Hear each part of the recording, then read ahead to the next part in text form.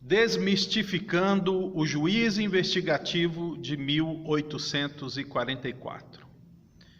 Quero tratar com vocês este assunto, apresentar algumas informações que possam ser úteis e esclarecedoras para este assunto, que é de suma importância para o contexto e história adventista. Você sabe muito bem que algumas lendas, mitos, eles são recheados tanto de fatos como de ficções, de distorções, de exageros. Então nem sempre uma lenda ou uma ficção, aliás, uma lenda ou um mito, ela é repleta apenas de ficção ou de imaginações exageradas.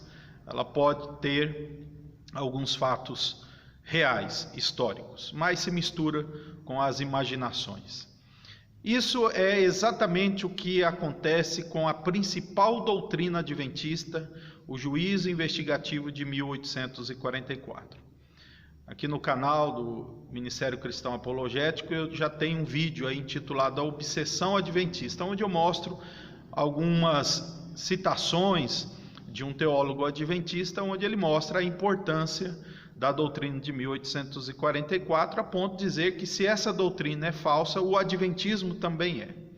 Então eu quero trazer algumas informações para vocês, mas antes eu quero aqui lembrar alguns que já sabem. Eu já publiquei esse livro, eu estou com os últimos exemplares. Aqui eu trabalho essas questões que eu vou apresentar aqui nesse vídeo, embora aqui documentado com livros adventistas, referências. Então, se você quiser esse livro, que só aqui eu tenho cerca de 300 citações bibliográficas, tanto de fontes adventistas primárias como de obras teológicas, entre em contato. Eu vou deixar aqui na descrição do vídeo o meu contato de WhatsApp, e como são os últimos exemplares, eu vou fazer a R$20 para qualquer lugar do Brasil, com frete já pago, apenas esse valor, e eu envio para você, para que você entre em contato com algumas informações na perspectiva que eu apresento aqui, refutando o adventismo. Então, se você se interessar, está aí na descrição do vídeo o meu contato. Bem, como que eu quero trabalhar aqui a desmistificação dessa doutrina? Então, vou começar com alguns pontos, e aí eu peço que você acompanhe, por favor, este assunto, e espero que possa ser aí de bênção para a sua vida, já que nós sabemos aquilo que o Senhor Jesus disse, que a palavra de Deus é a verdade. João 17:17. Assim, quando nós vamos expor um falso ensino ou um ensino que não está na Escritura, evidentemente já fica claro que se trata daquilo que não está na palavra do Senhor.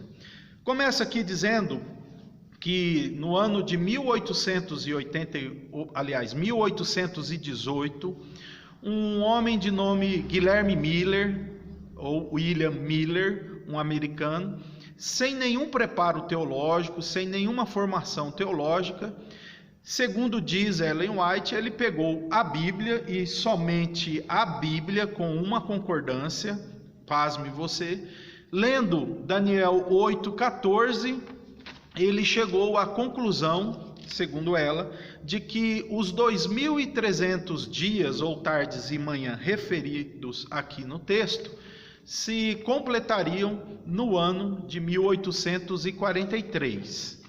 Bem, ela diz, segundo Ellen White, no livro Grande Conflito, que também, segundo a informação de Guilherme Miller, ele teria chegado a essa conclusão sozinho. Ele, somente lendo a Bíblia e a concordância, chegou a essa conclusão. Isso é um mito, isso é uma lenda já logo de começo.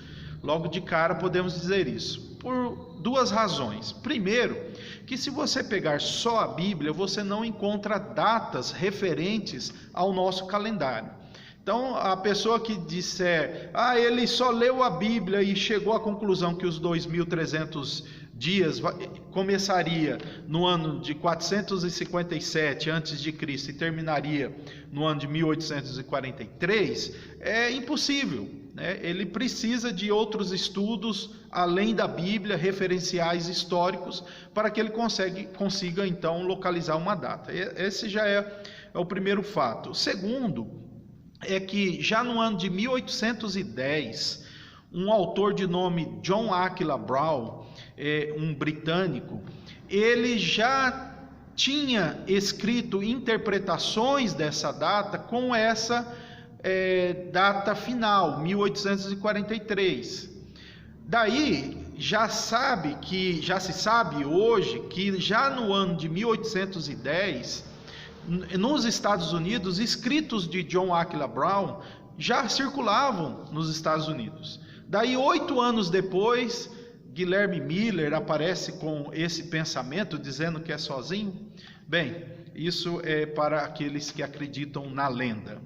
Mas continuando com a desmistificação, embora Guilherme Miller tenha chegado a essa conclusão no ano de 1818, apenas na década de 1830 é que ele começa a pregar. Ele começa a pregar então que Jesus estava para voltar daí para mais ou menos uns 13, 14 anos adiante. Algo que aconteceu na década de 1830 deu mais euforia ainda para Guilherme Miller e os seus seguidores. O que é que aconteceu? Houve nos Estados Unidos uma chuva de meteoros, e isso daí eles identificaram com aquilo que Jesus disse, que haveria sinais no céu. Mais uma vez, podemos dizer aí que trata-se de um mito. Não que a chuva de meteoro não tenha acontecido, mas quando Jesus disse dos sinais, ele já disse que logo em seguida viria o fim. Então não há o que achar que aqueles sinais confirmariam a pregação de Miller, tanto que não confirmou. Mas Ellen White dá a ele um aval profético. Continuando ainda a desmistificação dessa lenda, já que Jesus não voltou em 1843, eles recalcularam a data para 1844 e depois, não para o começo desse ano, mas mais para o fim, no mês de outubro. Isso ele foi influenciado, Guilherme Miller foi influenciado por um outro millerita de nome Samuel Snow. Mas Samuel Snow não aparece nos escritos de Ellen White, pelo menos eu até agora não encontrei, então ela jamais dá a ele algum crédito, embora alguns apologistas adventistas dizem assim aos críticos, né? Vocês são desinformados, porque quem calculou 22 de outubro de 1844 não foi Miller, mas sim foi Samuel Snow.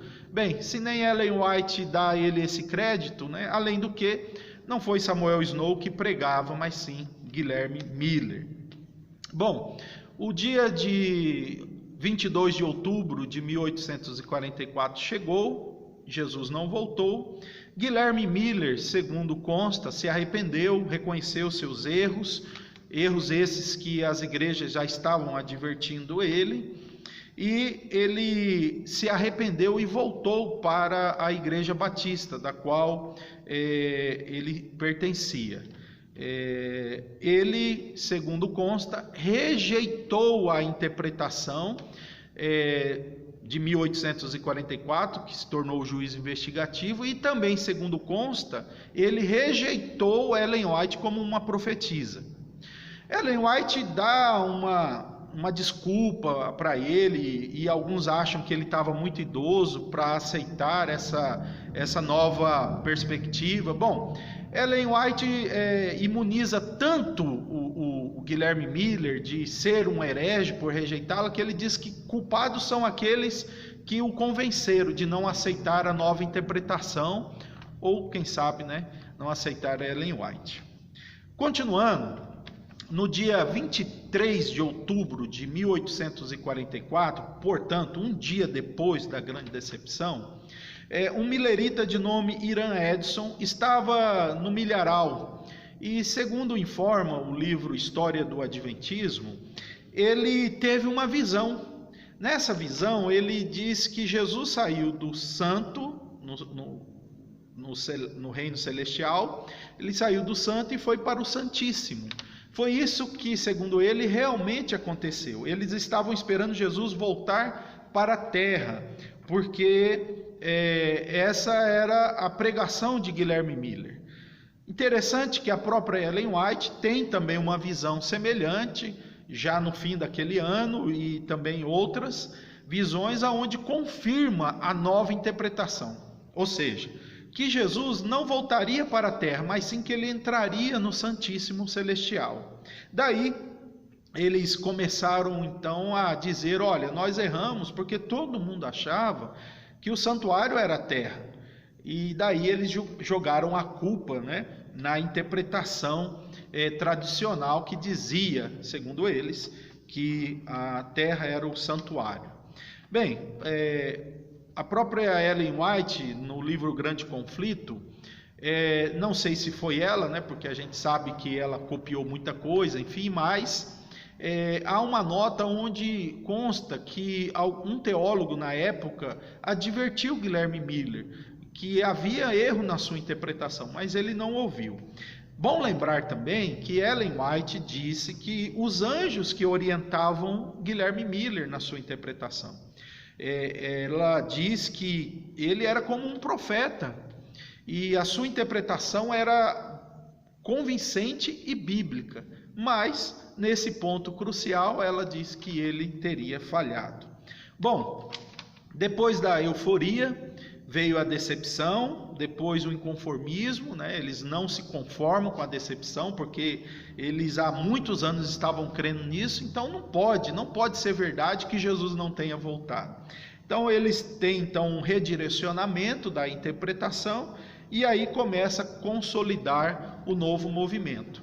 Aí, daí em diante, a erudição da seita a serviço da doutrina.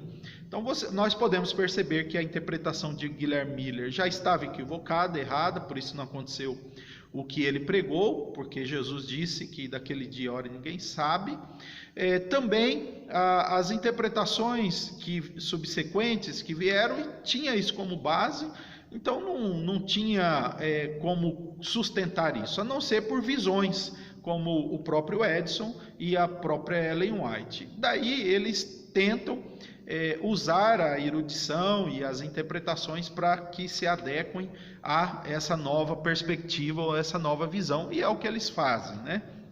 Bom, de maneira geral, é um resumo histórico desse mito, dessa lenda que surgiu aí de fatos e de ficção, especialmente a ficção visionária, tanto deles interpretando o ocorrido, como também das visões de Edson e Ellen White. Mas o que nós podemos aqui dizer de 1844? Baseado no texto de Daniel 8,14. Eu vou tornar aqui a ler o texto de Daniel 8,14 e vou fazer alguns apontamentos que espero ser, mais uma vez, úteis na exposição desse mito, tá? Ou dessa lenda. Daniel 8,14, a palavra do Senhor diz assim: ele me disse, até 2.300 tardes e manhãs, depois o santuário será purificado. Então, é dito essas palavras, e daí eles fazem todo esse enredo de que Jesus entraria depois desse período no Santíssimo Celestial. Vamos lá, vamos para uma breve análise deste versículo. Primeiro, o que eu posso dizer para vocês aqui: os 2.300 dias, eles são literais. Apresento aqui alguns argumentos. Primeiro, quando usa a expressão tarde e manhã, se você virar para o adventista e dizer, olha, aqui em Gênesis aparece a expressão tarde e manhã, o que significa? Significa milhares de anos? Significa eras? Não, o adventista vai dizer, não, são dias literais. Essa expressão tarde e manhã significa dia. No entanto, quando vem no texto de Daniel 8,14, eles dizem que não, que representa milhares de anos, né? E não são dias literais. Primeiro aspecto. O segundo aspecto é que no próprio capítulo, no fim do capítulo, o anjo diz para Daniel: Daniel, a visão das 2.000 tardes e manhã, 2.300 tardes e manhã, se refere a dias muito adiante ainda. Então, o próprio anjo diz que aquilo são dias. Um terceiro argumento que eu coloco para contrapor aí a ideia de que deve-se trocar um dia por um ano é o seguinte, que o que indica a regra de trocar um dia por um ano seria se a numeração fosse menor do que 1000. Você pode notar que as 490 semanas, né, as 70 semanas, aliás, desculpe, as 70 semanas de Daniel, ou os 490 anos, isso tudo aponta para que troque um dia por um ano. Aí você chega a um período até de milhares, talvez de anos, mas de centenas. Nós não temos uma regra bíblica de que quando o período passa de 1000 anos, você precisa aplicar um dia por um ano, porque você já tem milhares de anos. Então, quando você tem aqui 2.300 tardes e manhã, não precisava ter essa aplicação. Pelo menos é uma forma de contestar isso. Segundo aspecto, para tirarmos aí a lenda, né? Os 2.300 dias estão ligados às atividades de um pequeno chifre que surge de um dos 4 chifres que aparece ali do Império Grego. Não há nada indicando que aqueles 2.300 tardes e manhãs se refere a outro contexto. Ali está claro, está incluído nesse contexto e não tem como fugir. Não há nada que aponte que aqueles dias estão aí ligados de alguma forma a Cristo. Terceiro ponto, os 2.300 dias começam com algum império vindo do Império Grego, ou algum rei. Está claro no contexto. Não tem como você apontar isso, nem está relacionado a Roma, e nem lá atrás, antes desse período. Está muito bem assentado na visão que esses dias começam com as atividades do pequeno chifre, que sai do Império Grego. É só ler o capítulo 8, você chega a essa conclusão. Quarto aspecto, nada no capítulo 8 indica Cristo, indica suas atividades ou indica o seu serviço celestial. Note que no capítulo 7 fala do Filho do Homem que chegou ao ancião de dias. Note que no capítulo 9 fala do ungido que viria no fim das 70 semanas. E o capítulo 8, ele não fala nada, ele não dá nenhuma indicação clara de que Cristo esteja presente naquilo que está sendo revelado. Embora ele está como uma pessoa da divindade, no príncipe dos príncipes, não podemos aqui dizer que refere-se a alguma atividade redentora de Cristo aquele período. Quinto aspecto é outro bem próximo disso. Nada aponta no texto e no contexto o dia da expiação.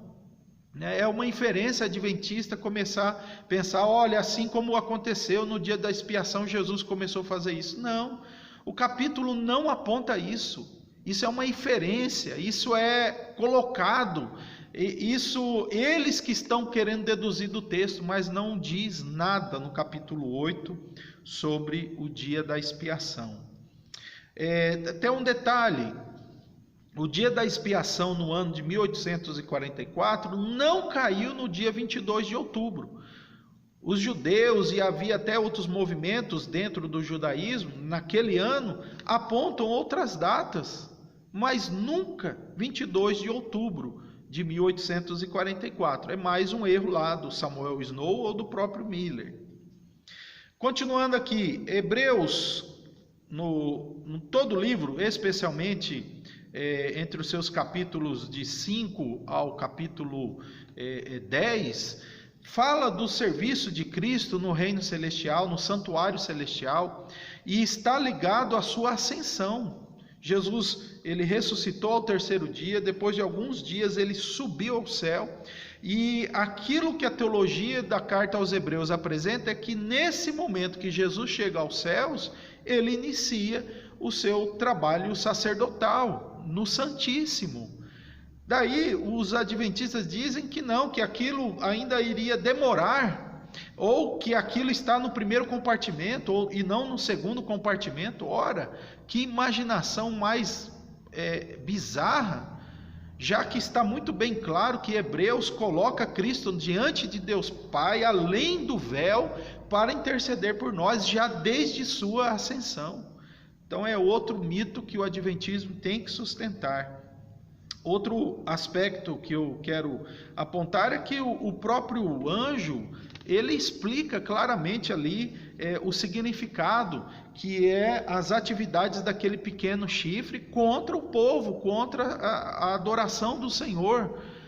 Eu não estou dizendo como interpretar esse texto, eu estou só mostrando que esse texto, ele por si só garante alguns limites. E está claro que não tem nada de Cristo ali, e aquele chifre é que causa uma perturbação contra o povo de Deus e que deixa o santuário em um estado imperfeito por 2.300 dias.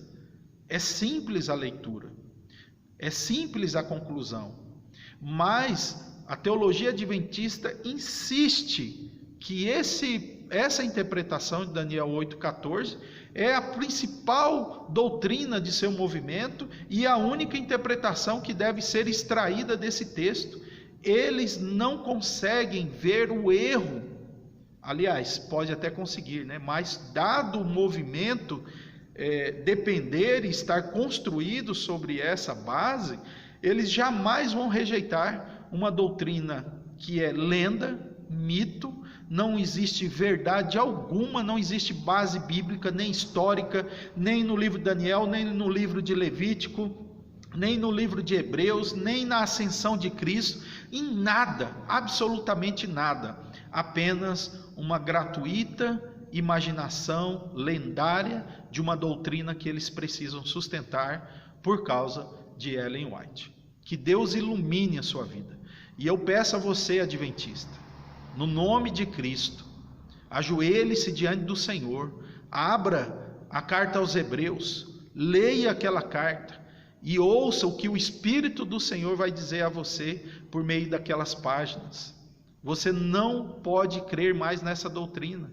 Essa doutrina, ela é um rearranjo de uma falsa previsão, de uma falsa profecia. Jesus não está nisso. Então abandone essa doutrina urgentemente. Que Deus te fortaleça e te ilumine em Cristo Jesus.